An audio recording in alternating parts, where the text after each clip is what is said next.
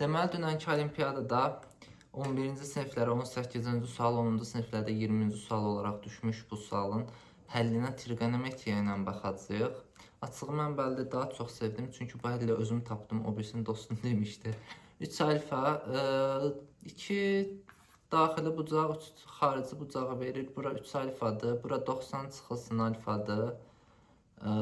Mən bu 3 bucağa bu gözəl ADS 3 bucağından sinuslar eləyib buranı tapa bilərəm. Mənə nəyin qiyməti lazımdır? Sinus 3 alfanın qiyməti lazımdır ki, bunu 6-ya bölüb, 6-nı 10-a bölüb, bunun x-i 90 çıxılsın alfaya bölüb bərabər eləyib tapım. Ona görə sinus 3 alfanın qiymətini və sinus 90 çıxılsın alfanın qiymətini tapacağım. Əvvəlcə mən nəyi bilirəm? Sinus 2 alfanın qiyməti bilirəm. Qarşının, deməli, hipotenuzum 10-a bərabərdir, 6, 8, 10. Qarşının hipotenuza, yəni sinus 2 alfa bərabərdir 0,6-ya. Kosinus 2 alfa da 10-da bərabərdir 0,8-ə bitişin hipotenuza. İndi mənə nə lazımdır? Mənə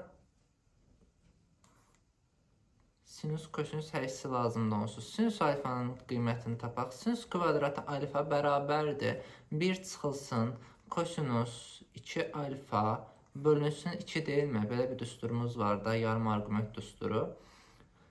Buradan sinus kvadratı alfanı tapıram. 0,8-i yerinə qoysaq 0,1. Sinus alfa bərabər olurmu? Kökün altında 0,1-ə bərabər olur. Kosinus kvadratı alfa bərabərdir 1 çıxılsın kosinus 1 üstəgəl kosinus 2 alfa bölünsün 2. O da bərabər olacaq 0,9-a.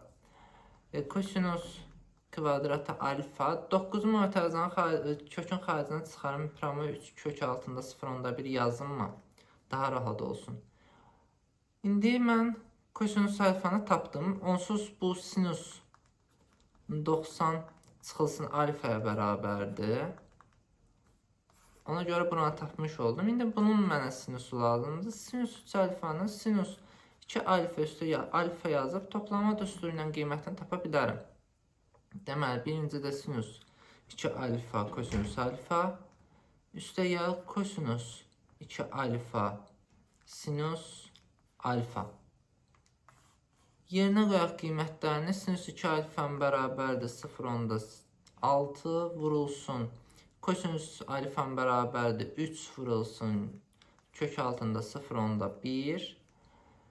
Üstəgəl nə? Kosinus 2 alfanın bərabər idi 0,8-ə. Sinus alfanın bərabər idi kök altında 0,1-ə.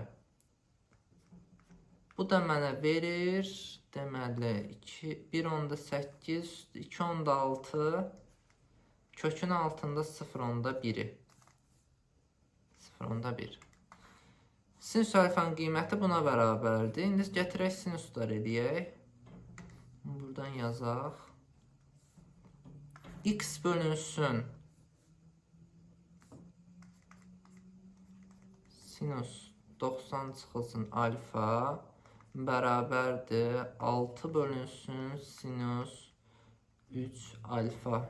Qiymətdən yerinə qoyaq. X bölünsün 90 çıxılsın alfa 3 kök altında 0,1 bərabərdir 6 bölünsün 2,6 idi da orada.